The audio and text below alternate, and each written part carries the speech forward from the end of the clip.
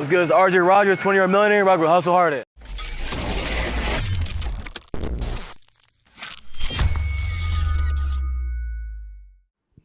Today I'm here with RJ Rogers. There's been a lot of speculation about you. So for everyone who has been asking for months, what exactly do you do? So, the whole world thinking right now that I'm this big scammer. I do EDD for all PPP loans. I don't do none of that. I don't even know how to get a PPP loan. So what I do is I actually do e-commerce, drop shipping. All it is, I literally go on AliExpress. It's just a China website. I find these cheap products that you see in Walmart and stuff. I just find them on AliExpress, and then took me a couple years to learn, but I know how to build websites. And I get an LLC, legit business. I put those products on my site, then I sell them for 5 times the price, 10 times the price. So I get it for $5, I'll sell it for like $50. Then from there, the profit, then minus the advertising, and basically, so all legal. Yeah. So when did you start doing this, and how did you learn? So was 2021. So I started back in 2017.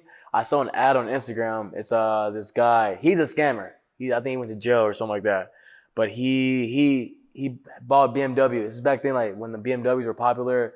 Not the i8s, like the M4s and all that was pretty popular.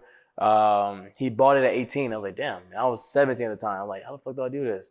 So I just from there the journey started. I just started researching. I got scammed a bunch of times. These fake gurus saying they'll teach me how to make $1 million a year. Like, that was all a scam. From there, I just kept pushing. I feel like I manifested everything because I kept every month I'll run into like a new person that does what I do, and they're like they made slightly more than me. So I was making $100 a day. I found somebody making $500 a day. So I just kept building my way up until I found the big sharks. Then that took me off. So that was about a year ago actually. So 2020. It all took off. So yeah. So when was it that you made your first million? So it wasn't all in one time. It was more so throughout the course of the year. So back in April, I made $300,000, like $323,000. The next month, I made $300,000 exactly, because I had some legal issues. Like, they was trying to sue me for this product, and it was a lot of crazy stuff. So after that, I didn't make money for like 3 months. I just stopped working. And then it was towards the end of the year where I started really getting back going. Then I made over $500,000. So obviously, that's more than $1 million. What were you doing before this? So before I was homeless for like 6 to 8 months. It was crazy. When I was in Houston, my dad kicked me out because we got into it about something. So I had to move my mom to Chicago. That's the hood and all that. I'm not about none of that. I'm just a guy trying to make money, trying to be successful, live life. So we got into it. She kicked me out. I had to go to Minnesota with my grandma, and she was way worse than my mom. So she kicked me out. And then I was a 18, 19-year-old in a big city, knowing nobody. So I was forced to go in a homeless shelter. It was either that or get it. I called the cops, right? And the lady was like, okay, just how about either work it out with your grandma or go to Walmart and buy a tent. I'm like, what? A tent? Let me sleep in a tent? So at that point, I was crying. I'm like, man, this is crazy. Like, I would never make it. So then, instead of a tent, my dad helped me find, so it was crazy. Once he kicked me out, but we started getting back close again because he saw because I finally got a job. I didn't want to get a job. So I did have a job. I worked in a group home, wiping old people, behinds, all that. It was all right, but I didn't, I wasn't meant to do that. I wasn't meant to make $500 every 2 weeks. So then, I had to go in the homeless shelter. Then I kept getting kicked out of the homeless shelters because I kept getting in fights with people. I still took care of myself. So I was homeless, but I still had a fresh cut and everything. And everybody keep asking me about that. Haircuts are $20 in Minnesota. I was making $500 every 2 weeks with no bills. So of course I'm gonna get a haircut. I'm not gonna look dusty. So yeah, I was in a homeless shelter for 6, 8 months, and then after that, I met another friend that was making millions, and he helped me. After that, I finally put my skills to use. He gave me a little capital, then just took off. So what changed? What really just changed your mindset for you to put yourself into the gear of? So when I was in high school, right, I still had the mindset. I was a junior, senior. So people call me cocky. So I was pretty arrogant in high school. I was pretty cocky. I was saying, I'm gonna get a Lamborghini at 21, which I still am. That's this year. But I always tell everybody that, but I didn't have anything. So people were like, what the fuck? Like, who's this guy? He doesn't want to be a rapper or anything or a celebrity. Like, why is he trying to, like, business? They were just laughing. People were laughing at me. So I think going through that phase helped me a lot, like being more humble, like having empathy for people. Like, not everybody wants to hear that. They don't want to feel like, because their life is going the way it's going. So they don't want to feel like, they don't want, I don't know. I just learned that people don't want to hear everything, your goals and everything. Not everybody will support you. So I learned that. I learned to be more self-driven, stay into myself more. I started working out, taking care of my body. I learned about that. And then what else? And anything's possible. If I was sleeping on like a airbag at the shelter. So it's like I'm definitely humble now. Like I know anything's possible. So yeah, that's why I learned a lot. Like that took me to a different point in life, another level. There was a situation with the police that happened with you. Can you take us a little bit into what happened and what was that situation? So yeah, that happened a week and a half ago. I still don't believe it. So I've been at my apartments for a year now. I pay a lot of money. I pay over $4,000 in rent. I pay a lot of money. So, and I've had this car for 8 months now. So everybody knows I have this car. Everybody knows I live here. So I've had no problems this whole time. Then one day, it was around midnight. I'm tired. I'm ready to get something to eat. I'm ready to go back home and, continue, next day. So I always park in the front of like my apartments usually, just because I'm in and out. So one day I walk out, right? Some told me to walk out my apartment. Like, hey, RJ, get some food right now before it gets late. So I walk out. There's a cop flashing his lights in my car. I'm like, what? I'm like, sir, is there a problem? He doesn't answer me. He go back to his car and just sit. He sits in his car, right? So then I'm leaving, right? I'm about to leave. I'm over my door. He's like, whoa, don't touch the car. I'm like, what? What are you talking about? Don't touch the car. This is my car. When people come at me a certain way, I get aggressive. I'm like, nigga, what you mean? It's my car. What the fuck? So, he over here saying like, this car was reportedly stolen. Like, stolen. Dude, how is this, like, why would I park right in front of all the cameras in the building? Like, what? Like, come on, it's already bad enough I'm black, bro. Like, come on, man, stolen? So then we get to arguing and stuff, and he told me, don't touch the car. He makes me open the car up. Like, he says, you're not leaving until you open the car. So technically, that's what I learned now, he didn't have a warrant at all. So that was already illegal. So then he's like, told me to open the car, right? He's checking the air vents. He's checking all spots in the car, the hood, everything.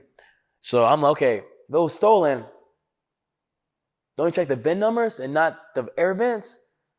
So are you looking for drugs? What are you looking for, bro? So we get to arguing.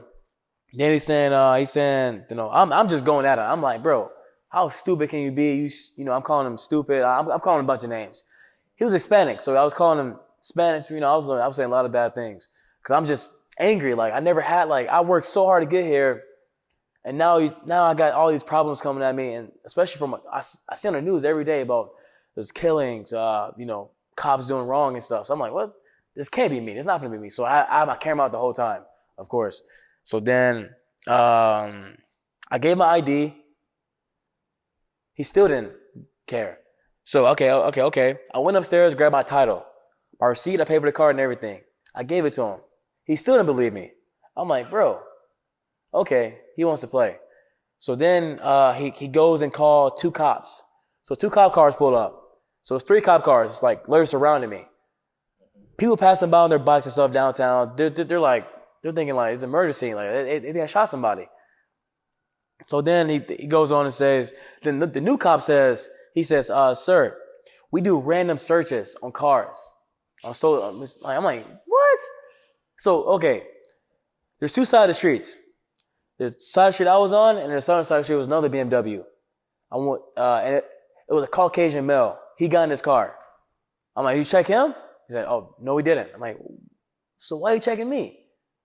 I'm sure this cop's seen me before. I've been all over Instagram lately, so I'm sure like he's like, okay, this guy's got to be doing something illegal if he's not a rapper or anything. I'm like, okay, I respect it. A lot of people do this stuff illegal. So then, but what got me was the first cop says there's reports this car was stolen, but the other cop saying we do random searches. So which one is it? So I'm thinking like, okay, is this an actual 911 call? Or are they just trying to mess with me, thinking I'm a drug dealer, thinking about to get me on drugs and I'm going to jail? No one hears from RJ again. So then fast forward, he checks the title and everything. Everything's good. They don't apologize. They don't say nothing. They just drive off. So that like just hit me like crazy. It took 3 cops. It took almost an hour of my time to figure out the car wasn't stolen. It was in my name. After I gave you the receipts, the title, everything. So that was messed up. So in light of that and everything that's been going on, what do you think? How do you think things can change in a sense when it comes to situations like that? Because we've had situations where just recently, what happened in Minnesota. Yeah. People don't make it out of those types of situations. So what do you think needs to be done to maybe rectify these types of situations or prevent these types of situations? In my opinion, I feel like there is groups in the police department, the police force, like the whole force. Some would say KKK. Some would say, just haters in general. So I feel like this will never stop until it's really, really investigated, which won't happen because some of them, like you have these multi-billionaires, the people that run the world of all this money, they're paying off these cops. So to keep them out of jail and stuff. So it's like, I feel like nothing's really going to change unless that changes. And that would never change. There's always going to be someone that's in the cops' pockets. I know that they are because I know there is. So I don't feel like I feel like it will change, but I feel like it can be a little more safer, like to where like you don't walk outside. Like I don't want to. I guess we need. I don't know if we need body cams ourselves as people. Like that'll be crazy, but I'm not sure it's gonna change no time soon because there are gang members and all, a lot of that. Like I know that stuff goes on. And they kill, they might take innocent lives or it might do something that's bad to the community. So I get there's that, but people have just personas that like all black people or Hispanics are like that. Like they're all like that. So that's what I feel like that's what's wrong. Like it's okay to stop, the violence and all that, like the real violence. But for example, me. For a black man who I don't look like I sell drugs. Like I'm too loud for that. Like I would never sell drugs. So for there's too many stereotypes going on, and I blame social media too. So it's hard for that to change. I would just say everybody just be safe, and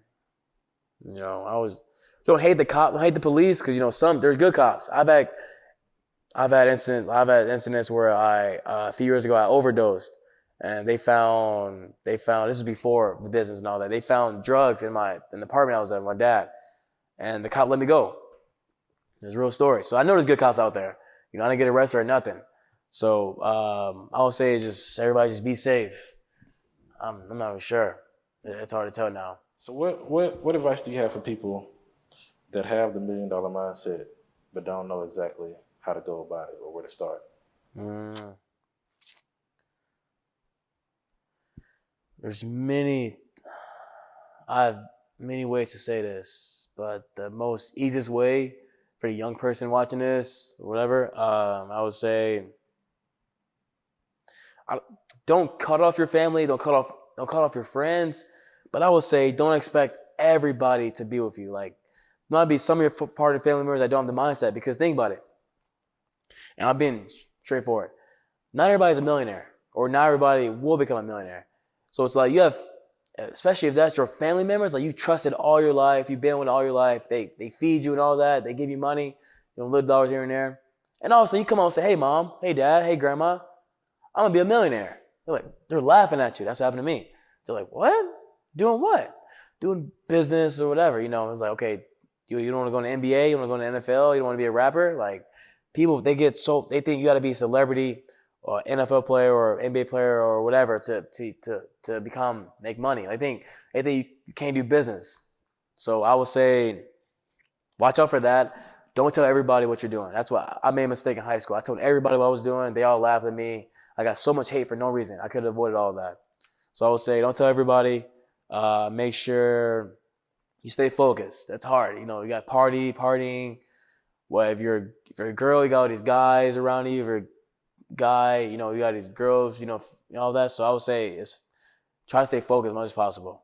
I would say try to remember that your time is running out. Like, we're all gonna die. Life is not like, you can see what's going on. Like, life is not like, how old was the guy? How old was he? Just got shot in Minnesota. The kid, how old was he? I'm not sure. I don't remember. He was 17, right? 17 or something like that? Yeah. And now is he dead? He's dead? Yeah. Oh, see, I didn't read too much in it. I just try to stay away from that stuff. But see, he probably could have been somebody. Now he's gone. So that's messed up. I can imagine dying at that age. So I would say, always remember, like, you're about to run out of time. So that just keeps you pushing, like, keeps you going. Like, okay, hey, I can't do this today. I gotta work my business. Then go party and all that until you got yourself together. So I would say, just, and find something don't find something you love. People get that wrong. You don't want to find something you love. You want to find something that generates income but make sure it's not too boring. Like, don't go to college and become an accountant or a doctor. I'll make this big money, but you hate your life.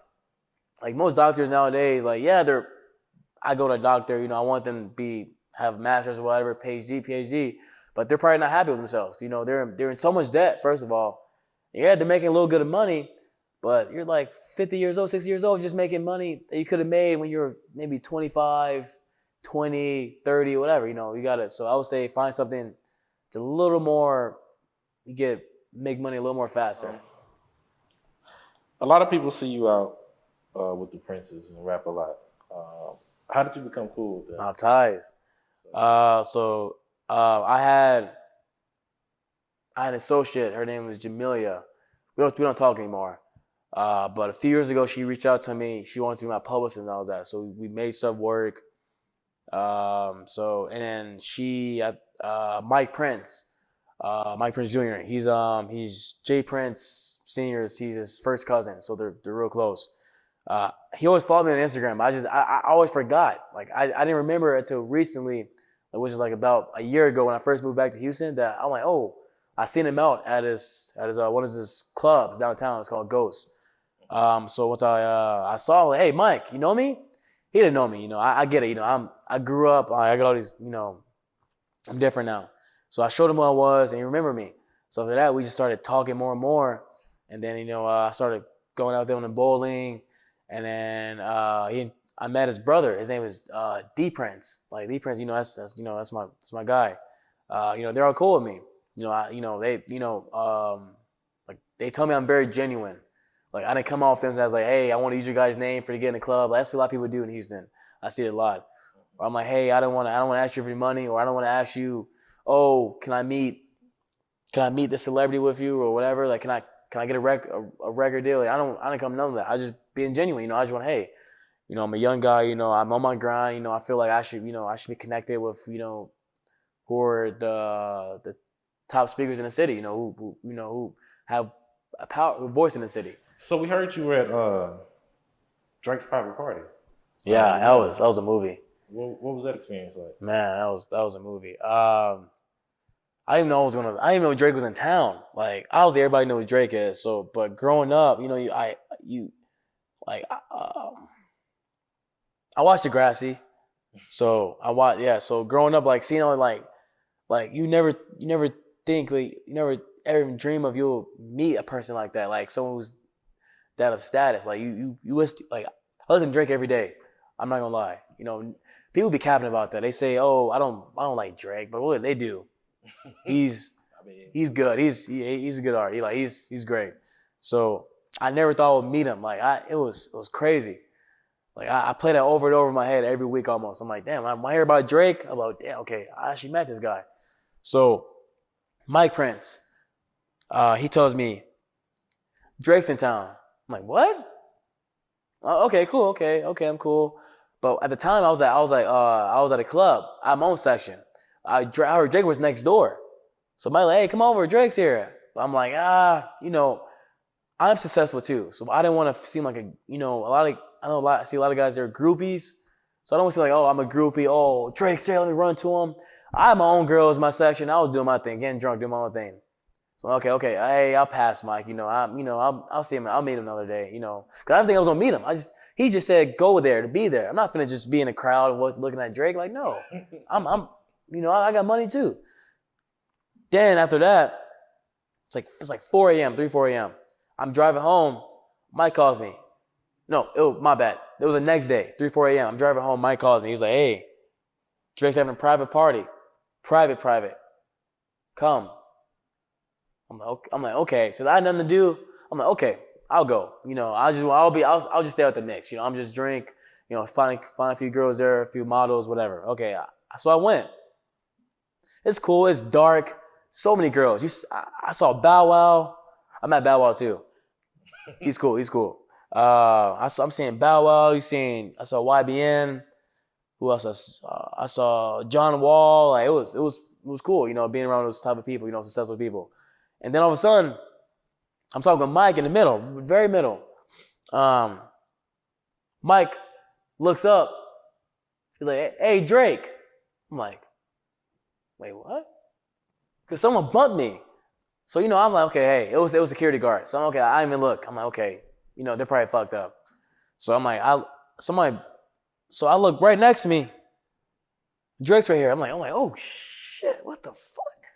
I'm like, whoa, Drizzy? And he is 6 foot, 6'1". He tall as hell. I'm short. I'm like 5'6", but Mike's like, hey, Drake, this my guy RJ. And he was like, how you doing? He dabbed me up, shaking my hand. I'm like, hey, what's good, Drake? Then Mike goes on and says, RJ, he came from homelessness a year ago. So now he's a millionaire at 20. And Drake's, he's hearing this. He's like, well, he's not doing like crazy, he's just like, but he looked shocked. Like I never see Drake like that unless he's like really into it. He looked shocked. He was like, for real? And he looks at me, he's like, respect. I'm like, that's crazy, for a guy like that, he's probably my favorite artist. Him like just hearing that, seeing him, it was like, damn, man, it's like, that's crazy. So I know I was doing something right whenever he did that. So after that, I kept going to his private parties every day. After that, it was like, dude, he had like 2 in a row, and it was lit being around everybody. I got cool with the security guard, like Chubbs was there, like it was lit. So that was a good experience. I definitely want to link with Drake, talk more. I'll be a movie. people been calling you an Instagram plant. What's your reaction to that? That's funny. I feel like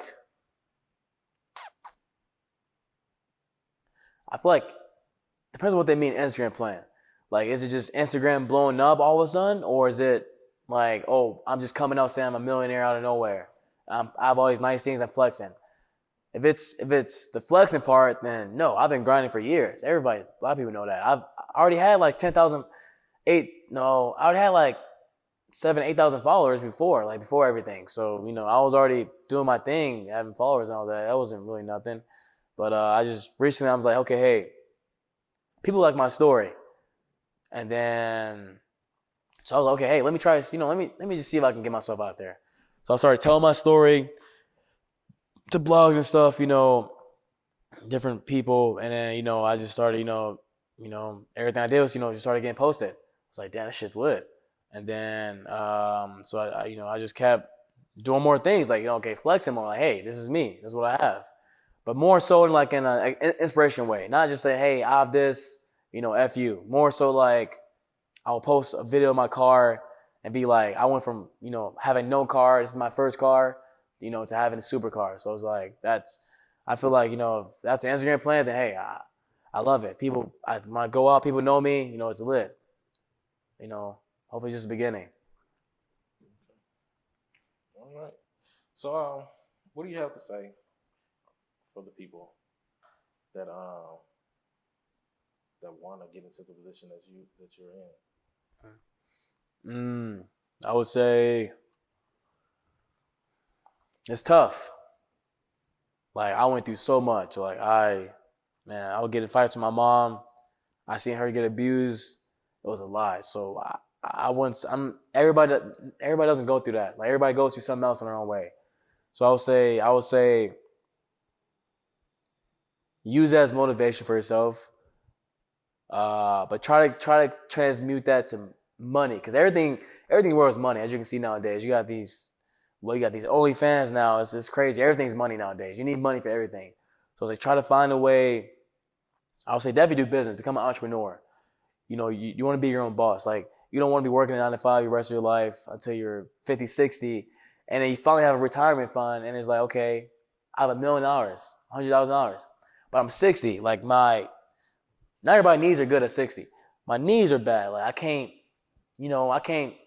have sex like I want to, when I was 20 and 30. I can't travel like that. My hair falling out.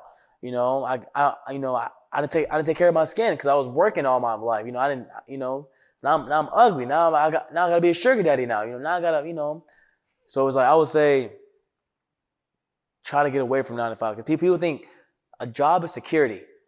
That's what my dad, my mom, everybody was telling me. I'm like, no, that you're not right. And now, look who's right now. I'm doing better than most people. So I would say, try to find a way to get away from 9 to 5. Like, think something different. But use a 9 to 5. Don't not get a job. Work a job, but invest. When I was doing my group home job, I will invest that $500. Okay, haircut after maybe a good meal every week instead of the shelter food. I'll have probably and then my phone bill, I probably average like $350 every paycheck. I'll put that right into ads, like Facebook advertising. Just keep putting the ads, trying to make money. So I'll say invest some of your paycheck into your business. So invest in yourself. You have to. You'll probably lose money for 3 years, the next 4 or 5 years. Who cares? At least every year you're getting better at it. Every year you're learning your craft more and more. That's what I did. Now I know how to make $100,000 in one day. It's not hard. It's easy. But people might be like, okay, that's a lot of money. But I every year I've got so good at it that now I know how to make that. And you can too. So it's all about just finding a good business model that you think that's not too hard. Find a way to make $1 million in it and just keep multiplying. Yeah, that's really it. I mean, it's not that hard.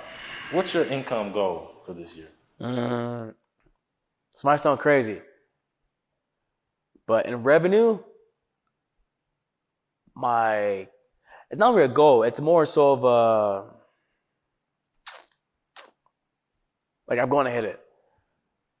The revenue goal is $100 million. $100 million. Now, I sound like, what? 20, because I'll be 21 this summer. Like, what? $100 million? Let me tell you how. My business is right, my e-commerce business. I know to make $100,000 a day easily. So I scaled to that in like 2 or 3 weeks. Then I'm making that for the next 3 weeks. So what I do is, I'm thinking about it. I'm like, okay, if I can, stop partying as much, find over 100 products at once throughout the whole year, just work my ass off finding products, making 200,000 here, 300,000 there, because things gonna go wrong. I know I'm gonna get shut down sometimes from BS, from China and all that, from shipping times and all that. It's like shipping times like a month, so it's pretty bad. So I know I'm gonna get, might get some fines for that, but I mean, I think I can do 100 million. It just adds up, and then a profit will be like 40, 30 million. So I'm gonna do it. After that, once I do that, I'm going to. I thought about buying a jet. I was like, damn, that's wasting my money. You know, that's what they want you to do. Like, what DJ Khaled said.